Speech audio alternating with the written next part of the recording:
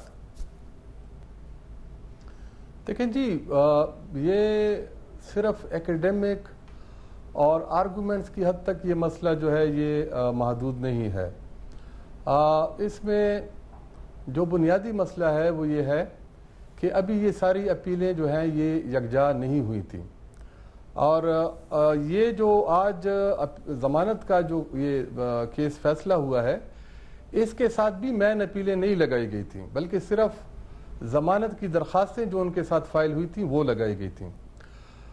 جہاں تک میرا اپنا ایک نقطہ نظر ہے وہ یہ ہے کہ اینٹی ٹیررزم ایکٹ کے تحت بھی اور کرمنل پروسیجر کوڈ کے تحت بھی جس چیز پہ ڈسپیوٹ نہیں ہے وہ یہ ہے کہ ایون وہ کیسز جس کے ساتھ ہم ایگری نہیں کرتے, یہ اس کیسز میں نہیں آتے, ایون وہ کیسز جس میں بیل گرانٹ بھی ہو سکتی ہے اگر وہ پاکستان پینل کوڈ یا اور کیسز ہوں, ان میں بھی نیچر آف اوفینس کو ضرور دیکھا جائے گا, گریویٹی آف اوفینس کو ضرور دیکھا جائے گا, اور وہ جو ملزمان ہیں اگر انہوں نے کوئی ایسا ایکٹ کیا ہو, وہ کسی ایسے جرم میں سزا ہوئے ہوں کہ جس سے یہ نظر آئے کہ یہ اس جرم کو ریپیٹ بھی کر سکتے ہیں اور یہ ہارڈنڈ کرمنل ہیں یا یہ ڈینجرس ہیں یا اس کی ریپیٹیشن ہو سکتی ہے, تو اس صورت حال میں یا گریویٹی آف دی اوفینس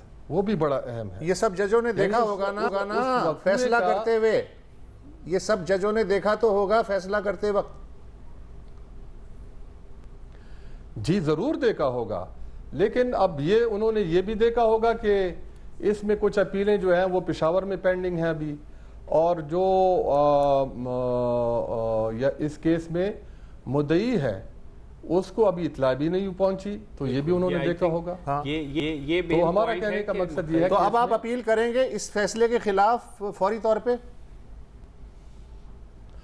بالکل جی, اس کے خلاف ہم اپیل کریں گے ضرور. اس کے خلاف ہم کینسلیشن کی درخواست جو ہے وہ وکلاء کا جو پینل ہے وہ تیار کر رہے ہیں اور وہ فائل ہوگی.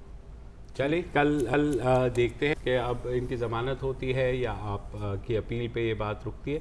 فی الوقت اتنا ہی. بریک کے بعد دوبارہ حاضر ہوتے ہیں.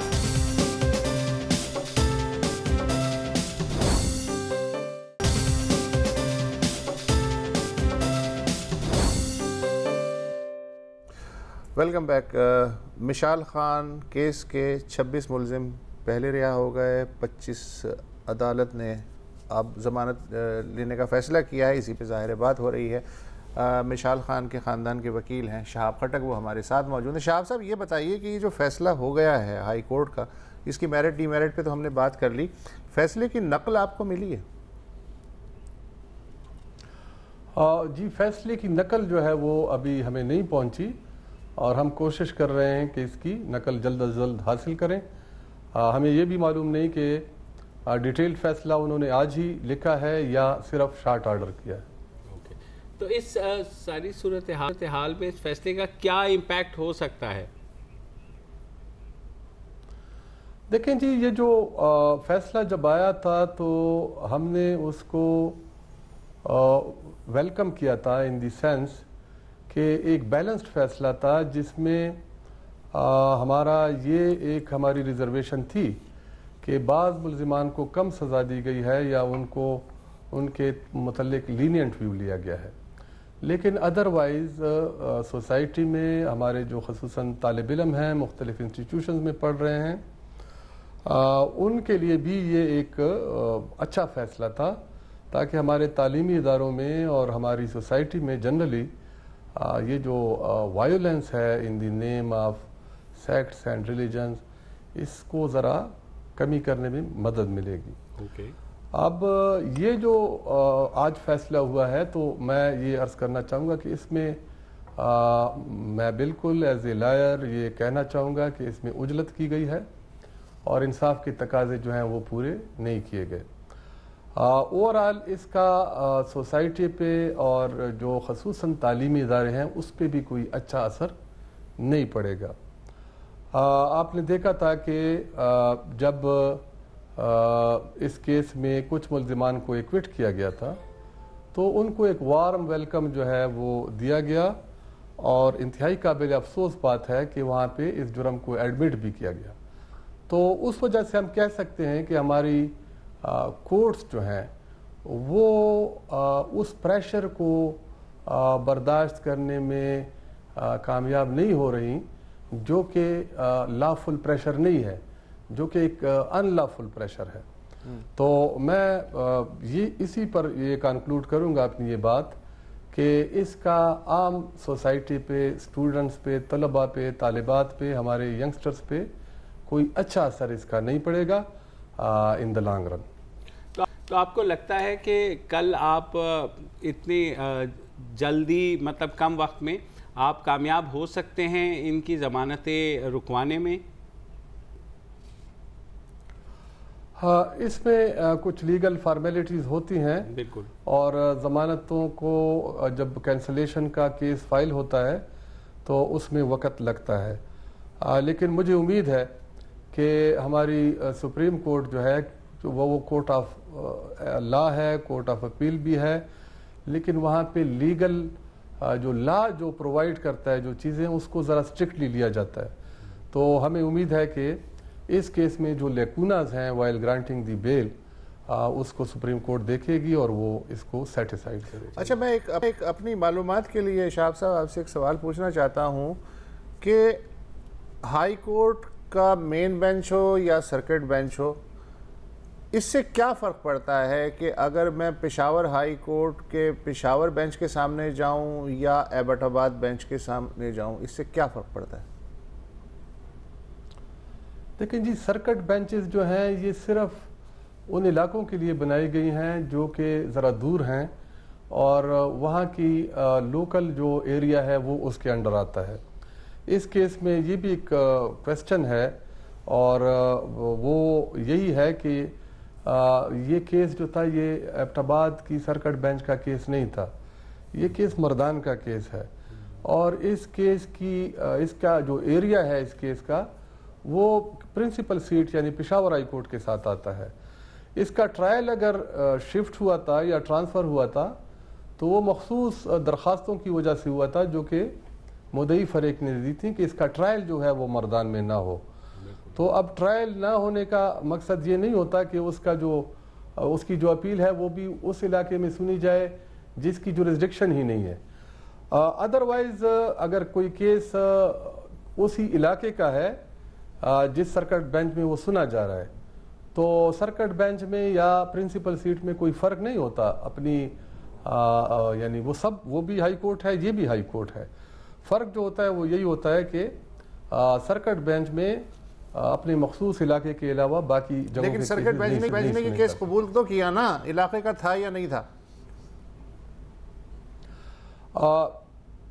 سرکٹ بینچ نے یہ اپیلز وہاں پہ انہوں نے یہ انٹرٹین کی ہیں جی, لیکن سرکٹ بینچ کو بھی یہ نقطہ ضرور غور میں لانا چاہیے تھا, اس پہ غور کرنا چاہیے تھا کہ یہ کیسز جو ہیں. اب اگلا مرحلہ یہ ہے شہاب خٹک صاحب, اب اگلا مرحلہ یہ ہے جو ان کے وکیل ہیں جو ملزم اس ضمانت پہ رہا ہو سکتے ہیں, ان کے وکیل افتخار معیار, ان کا یہ کہنا ہے کہ نیکسٹ سٹیپ یہ ہے کہ ہم عدالت سے استدعا کریں گے پشاور ہائی کورٹ سے کہ انسداد دہشت گردی ایکٹ کی جو کلازز ہیں وہ ہمارے جو موکل ہیں ان کے کیس سے خارج کی جائیں. اگر یہ بھی ایکسیپٹ ہو جاتی ہے پلی تو اس کے بعد کیس میں کیا رہ جائے گا؟ دیکھیں جی, کوئی بھی حکم اگر عدالت کرے گی تو اس کا جو ہے وکٹم فیملی کو ان کے لیگل ہیئرز کو نوٹس دے گی, گورنمنٹ کو نوٹس دے گی. کرنے کو لوگ ہر قسم کی درخواستیں کر سکتے ہیں, اس میں یہ درخواست بھی شامل ہو سکتی ہے کہ ہمارے جو کلائنٹس ہیں ان پہ جو ہے اینٹی ٹیررزم ایکٹ اپلائی ہی نہیں ہوتا, لیکن یہ ہم پریزیوم نہیں کر سکتے کہ ان کو یہ ریلیف ملے گا, اور اپلیکیشن فائل کرنے کی حد تک وہ کر سکتے ہیں. لیکن میرا خیال ہے کہ یہ ایسی اپلیکیشن جو ہے وہ اگر اس کیس کو دیکھا جائے, اس میں موجود شہادتوں کو دیکھا جائے تو یہ کوئی زیادہ میٹیریل اپلیکیشن نہیں ہوگی. بہت شکریہ شہاب صاحب ہم سے بات کرنے کا, خاصی سے آپ نے بتایا. اچھا, اتفاق کی بات ہے نے سپریم کورٹ کا تذکرہ کیا تو آج صبح ہی سپریم کورٹ نے ڈسپوز آف کیا ہے یہ کیس, کیونکہ سپریم کورٹ نے بھی سو موٹو لیا ہوا تھا اور جب تک یہ ضمانتیں نہیں ہوئی تھیں, اس سے پہلے کیس آیا تو عدالت عظمیٰ نے کہا کہ کیونکہ اس میں سزائیں ہو چکی ہیں ملزمان کو, لہٰذا اب ہماری طرف سے یہ کیس نمٹ چکا ہے. تو وہ بس ٹائمنگ بھی ایک ایسی ہو گئی کہ ورنہ اگر عدالت کو اس وقت بتا دیا جاتا کہ ضمانت ہو گئی ہے یا عدالت دوبارہ نوٹس لے سکتی ہے. ہاں, عدالت دوبارہ نوٹس لے سکتی ہے. ہاں, لیکن جب آپ ایک دفعہ ڈسپوز آف کر دیتے ہیں نا کسی بھی کیس کو, تو اس کے بعد آپ دوبارہ اٹھانے کے لیے اس کو ریوائیو کرنے کے لیے ایک پروسیجر چاہیے ہوتا ہے. جیسے ضمانتیں اگر ہو گئی ہیں تو ان ضمانتوں کو واپس کرنے کے لیے بھی ایک کم از کم ہفتہ ڈیڑھ کا پروسیس چاہیے. ایک چھوٹا سا وقفہ لیتے ہیں جس کے بعد آپ نیوز اپڈیٹس دیکھیے گا, اس کے بعد واپس آئیں گے تو پھر سیاست کے اوپر بات کریں گے.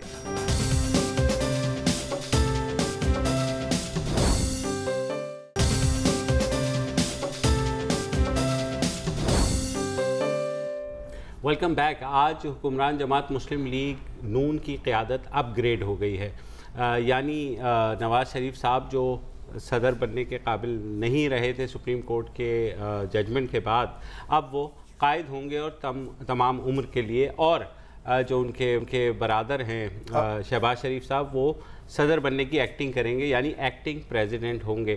تو کہا یہ جا رہا ہے, اس پہ اب طرح طرح کی باتیں ہو رہی ہیں. سے آپ کی کیا مراد ہے؟ اب وہ اپ گریڈ ہو کے الطاف حسین ہو گئے ہیں, علی خامنائی ہو گئے ہیں, جی ایم سید ہو گئے ہیں, ولی خان ہو گئے ہیں, کیا اپ گریڈ پہلے سے بڑے ہو گئے ہیں؟ پوچھتے ہیں میرا خیال پہلے سے بڑے اپ گریڈ ہوئے ہیں کہ نہیں؟ اپ گریڈ ڈیفینیٹلی ہوئے ہیں جی. اور مزے کی بات اس کے اندر جو مجھے لگتی ہے وہ یہ ہے کہ نواز شریف نے خود کچھ نہیں کیا اس اپ گریڈ کے لیے, اس بہتر رتبے کے لیے اپنے اس میں. وہ اب تک وہی کرتے آ رہے ہیں جو ہمیشہ سے وہ کرتے آئے ہیں, اور وہ ہے اپنے فالوورز کو بھی, اپنے چاہنے والوں کو بھی اور اپنے مخالفوں کو بھی سرپرائز دینا. اگر آپ ان کی کریئر پر ایک نظر ڈالیں تو جب سے وہ سیاست میں آئے ہیں, ان کا سیاست میں آنا بھی سرپرائز, وہ بھی دیکھیں وہاں سے شروع کیا انہوں نے کام نا, وہ تو آغاز تھا, لیکن گوال منڈی کانسلر, بالکل ایبسلیوٹلی. اور جس طرح سے وہ سیاست میں آئے کہ that was also a surprise. پھر سیاست میں آ کے یہ جو گورنمنٹ کاؤنسل والی آپ نے بات کی, اس کے بعد پاکستان کی سب سے پاپولر لیڈر کے مخالف کھڑے ہو جانا, بالکل پرائم منسٹر بن جانا. لیکن جن لوگوں کی مدد سے پرائم منسٹر بننا, ان 2 سال کے عرصے کے اندر انہی کے خلاف ہو جانا, انہی کو نکالنے کی کوشش کرنا اور پاکستان کے اعلیٰ ترین عہدے سے ان کو نکالنے کی کوشش کرنا. اور پھر جب وہ واقعی ایک مقبول الیکٹڈ پرائم منسٹر کی شکل میں آئے 1997 کے انتخابات کے بعد, جب ان سے یہ توقع کی جا رہی تھی کہ اب وہ اتنی سیاسی طور پر مضبوط ہو چکے ہیں کہ جو پہلے وزرائے اعظم کے ساتھ ہوتا رہا ہے وہ اپنے ساتھ نہیں ہونے دیں گے, ملک چھوڑ کر بھاگ جانا.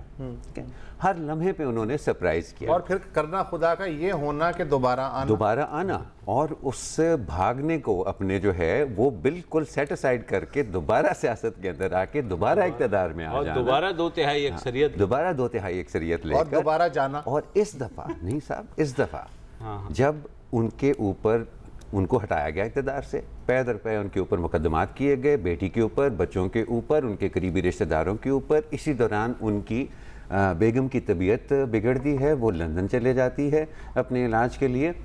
تو ہر کسی کو توقع یہ تھی کہ اب یہ بھاگ جائیں گے, ٹھیک ہے, اب ان کو مزید یہاں رہنے کی کوئی ضرورت نہیں, ان کا نہ بھاگنا. تو ہر موقع پہ انہوں نے سرپرائز کیا. تو دیکھیں جب آپ کو کوئی اتنی سرپرائزز دیتا ہے نا تو پھر اپ گریڈ جائز بنتا ہے. اور دلچسپ شخصیت ہے. مثلا کیا ہم یہ کہہ سکتے ہیں کہ نواز شریف جب اقتدار میں ہوتے ہیں تو اپوزیشن میں آنے کے لیے بےتاب رہتے ہیں, اور جب اپوزیشن میں ہوتے ہیں تو اقتدار میں آنے کے لیے بےتاب رہتے ہیں؟ دیکھیے یہ جو ہے وہ ان کی, میرا خیال ہے یہ بالکل ان کے بارے میں کہا جا سکتا ہے, لیکن اس کی وجہ یہ ہے کہ نواز شریف صاحب جو ہیں انہوں نے, he is a great example of learning on the job. وہ ان کا نہ تو ایمبیشن تھا کہ وہ سیاست میں آئے, نہ ہی اقتدار میں آنا ان کا ایمبیشن تھا. آپ کو پتہ ہے کہ وہ پرائم منسٹر بننے کے بعد غالباً پہلی دفعہ ملک سے باہر گئے تھے. ان کی محدود اور خوش دنیا تھی ایک, ان کو اچھے بلوں سے غرض تھی, ان کو امپورٹڈ کرکٹ بال جو ہیں وہ اچھے لگتے تھے, امپورٹڈ کرکٹ کٹ اچھی لگتی تھی. کرکٹر اچھے نہیں لگتے تھے ان کے, اب میرا خیال ہے کہ شاید کرکٹرز کے بارے میں ان کی رائے بدلی ہو, اس وقت اچھے لگتے تھے, لیکن ان کی خواہشات جو ہیں وہ بہت ہی زیادہ محدود تھیں. سو آئی تھنک کہ اگر اس کو آپ اپنے ذہن میں رکھیں تو بالکل آپ نے جو بات کہی ہے ان کے اوپر صادق آتی ہے, کیونکہ اب وہ سیکھتے اور بہت اہم اور بہت ٹینس جابز کے اندر انہوں نے سیکھا ہے. اور ہر یہ جو سرپرائزز کی ایک وجہ ہے وہ یہی ہے کہ ہر دفعہ انہوں نے ایک نئی چیز سیکھی. ان کی جو میں بہت ایک اس وقت طاقت سمجھتا ہوں نا, وہ یہ ہے کہ جو انہوں نے سیکھ لیا وہ سبق انہوں نے بھلایا نہیں. مجھے آج تک یاد ہے کہ جب 1992-93 کے اندر یہ جھگڑا چل رہا تھا اقتدار کا, اور جب ان کو فائنلی اقتدار سے ہٹایا گیا, ان کے گھر کے اوپر چند صحافی تھے, ان میں بھی شامل تھا, جہاں پہ وہ بات کر رہے, انفارملی بات کر رہے تھے, اور کسی خاص وہ پریس کانفرنس والا ماحول نہیں تھا. اس میں انہوں نے کہا تھا کہ جی میں نے صرف ایک فیصلہ کیا ہے کہ اب دوبارہ اگر میں اقتدار میں آیا یا نہ آیا, لیکن اگر آیا تو کسی جرنیل کے کندھوں پر بیٹھ کے نہیں آؤں گا. اور اس کے اوپر وہ آج تک قائم. وہاں سے وہ پھر اپنے لیڈر خود بن گئے, وہاں سے وہ, ورنہ اس سے پہلے کندھے پہ لیڈر تھے. اچھا, اب آ جائیں چھوٹے بھائی کے طرف, جو جن کے بارے میں یہ کہا جاتا ہے وہ ذرا ابھی بھی جرنیلوں کی طرف دیکھتے ہیں, تو کیا ایسا ہی ہے, وہ کسی حد تک اثر انداز ہو سکیں گے یا وہ صدر بننے کی ایکٹنگ ہی کریں گے, کیونکہ فی الحال تو ایکٹنگ پریزیڈنٹ. دیکھیے جب تک نواز شریف صاحب موجود ہیں نا, اب MQM کی آپ مثال لیں, جب ایک آدمی باقاعدہ ایک عہدے سے ہٹ کے خود کو قائد کہلانا شروع کر دے کسی چیز کا, that means no rules apply. یہ ایک سیاسی دنیا ہے. سیاسی دنیا کے اندر آپ اگر کسی قواعد و ضوابط کے پابند نہ رہیں تو پھر جو ہیں پھر آپ جو ہیں عقل کل بھی ہیں, پھر آپ آخری طاقت بھی ہیں وہاں پر سارا. تو یہ الطاف حسین صاحب کی مثال ہے آپ کے سامنے کہ ان کی سب سے بڑی طاقت کراچی میں کیا تھی, لوگوں کی ان سے محبت, اور ان کی کسی قواعد و ضوابط کا پابند نہ ہونا, کہ جو ان کا حرف ہے وہ حرف آخر. تو جب تک نواز شریف صاحب موجود ہیں یہ ایکٹنگ ہی رہے گی. وہ ایکٹنگ بڑی کامیابی سے کریں گے, ان کا بڑا تجربہ ہے, بڑی دیر تک وہ بڑی کامیابی کے ساتھ پنجاب کا چیف منسٹر ہونے کی بھی ایکٹنگ کر چکے ہیں سارے. سو وہ بڑی کامیابی سے کریں گے. 3-3 4-4 فلموں کے ہیرو بھی ہوتے ہیں وہ. بالکل, ایبسلیوٹلی. لیکن تمام چیزیں جو ہے نا آئینی اور قانونی اعتبار سے میں اسے اقربا بروری بالکل نہیں کہوں گا, اس لیے کہ وہ قائم مقام صدر ہیں. اگر نواز شریف چاہتے تو انہیں مستقل صدر کر دیتے, ٹھیک ہے, لیکن وہ دوسروں کو بھی چانس دینا چاہتے ہیں کہ 45 دن میں جب الیکشن ہوں گے تو جمہوری طور پہ عامر احمد خان کھڑے ہونا چاہیں, مبشر زیدی کھڑے ہونا چاہیں, ظاہر جمہوری حق ہے. دوسرے یہ ہے کہ باقاعدہ مجلس عاملہ نے یہ فیصلے کیے ہیں، آپ یہ نہیں کہہ سکتے کہ شریف برادران نے یہ فیصلے کیے ہیں۔ تیسرا یہ ہے کہ 109 ارکان جو تھے مجلس عاملہ کے، ان میں سے صرف وہ ارکان بلائے گئے جنہیں 28 جولائی سے پہلے مجلس عاملہ کا رکن بنایا تھا، تاکہ کوئی یہ نہ عدالت سے کہہ سکے کہ یہ مجلس عاملہ ہی غیر قانونی ہے تو یہ کیسے بن سکتا۔ تو یہ ساری چیزیں جو ہیں بالکل لیگل ہیں، قانونی ہیں۔ مجھے یاد آ رہے ہیں پرویز مشرف، یہ خبر میں نے پڑھی تھی، پرویز مشرف کی صدارت میں سیکیورٹی کمیٹی کا اجلاس ہوا جس میں chief of army staff general Pervez Musharraf, joint chief of staff committee کے چیئرمین جنرل پرویز مشرف اور وزیر دفاع جنرل پرویز مشرف نے اہم امور پہ تبادلہ خیالات کیا اور فیصلے کیے، اور جس کے بعد صدر پرویز مشرف نے ان کی منظوری دے دی۔ تو ڈیموکریٹک آئینی قانونی سب صحیح بات۔ بالکل۔ ایک وقفہ لے لیتے ہیں اس کو، پھر اس کے بعد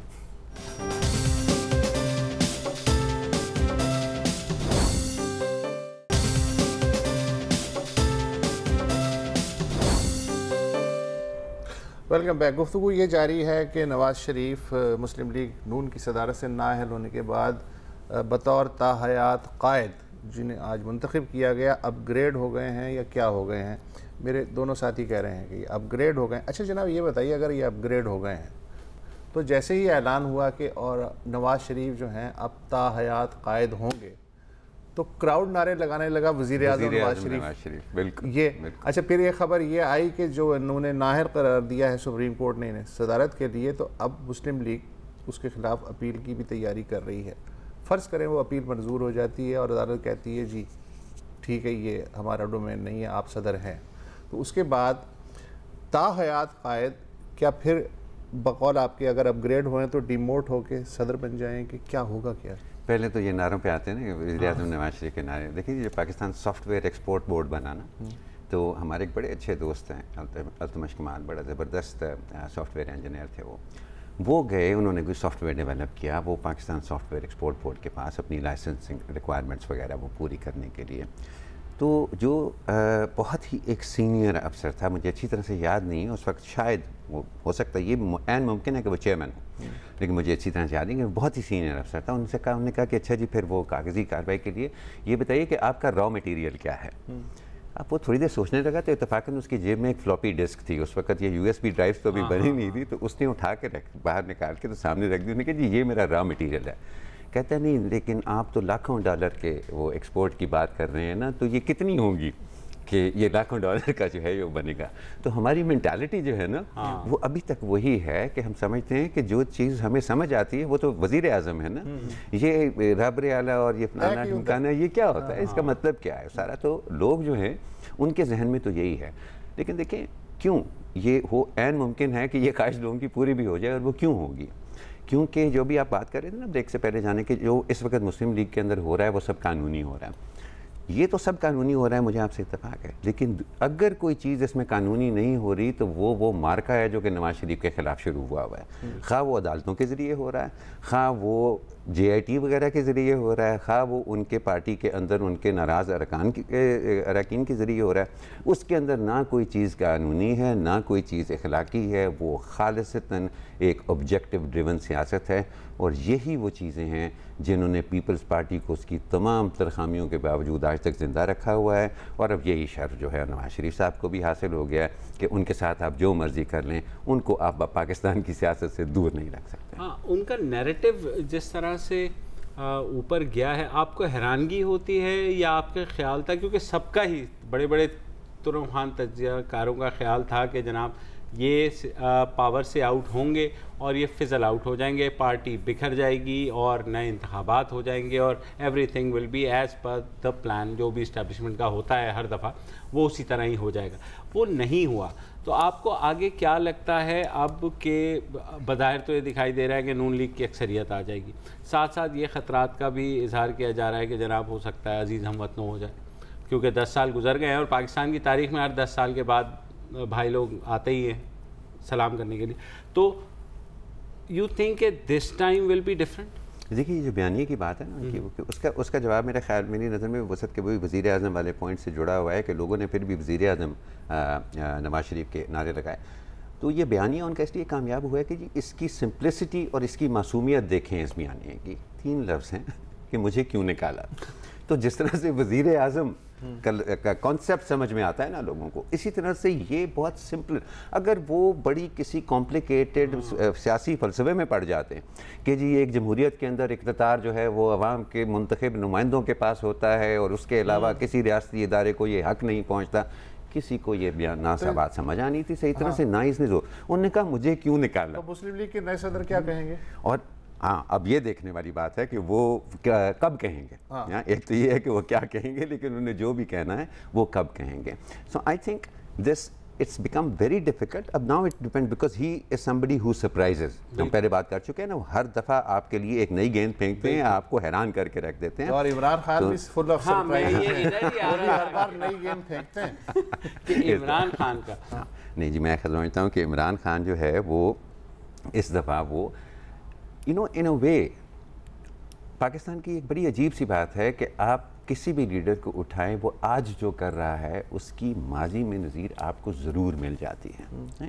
اب آپ کو یاد ہوگا کہ عمران خان کو کہا جاتا ہے کہ ان کی فائنسٹ مومنٹ جو تھی 92 کا ورلڈ کپ تھا. میرا خیال وہ اگر ان کا کریئر دیکھیں تو 82-83 کے ساتھ جو ان کا فائنسٹ پیریڈ تھا when he was at the peak of his bowling.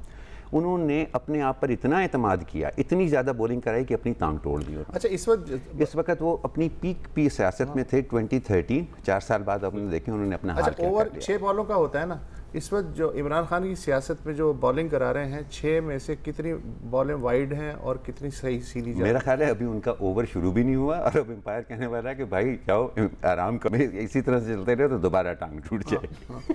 اور دوسرا یہ ہے کہ دیکھیں یہ لوگ سوری یہ لوگ بائسڈ ہیں, یہ پتہ نہیں کس طرح کی باتیں کر رہے ہیں. میں ان سے بہرحال اتفاق نہیں کرتا اور یہ میرا جمہوری حق ہے.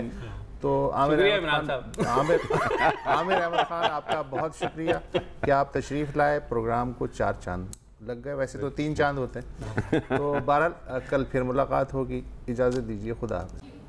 السلام علیکم. اگر آپ کو ہمارے شو پسند آیا ہے تو پلیز ہمارے یوٹیوب چینل کو سبسکرائب کریں, اور اگر مناسب سمجھے تو اس ویڈیو کو لائک بھی کر لیں, تو کوئی حرج نہیں ہے, اور شیئر بھی کر لیں اور کمنٹ بھی کر دیں, ورنہ وہ سب ایسے ہی لکھتے رہیں. اور یہ جو دونوں کہہ رہے ہیں یہ کر لیں جی پلیز, نہیں تو ہمیں بھی گھر جانا ہے, میں آپ کے کمپیوٹر میں نہیں رہنا 24 گھنٹے. صحیح بات.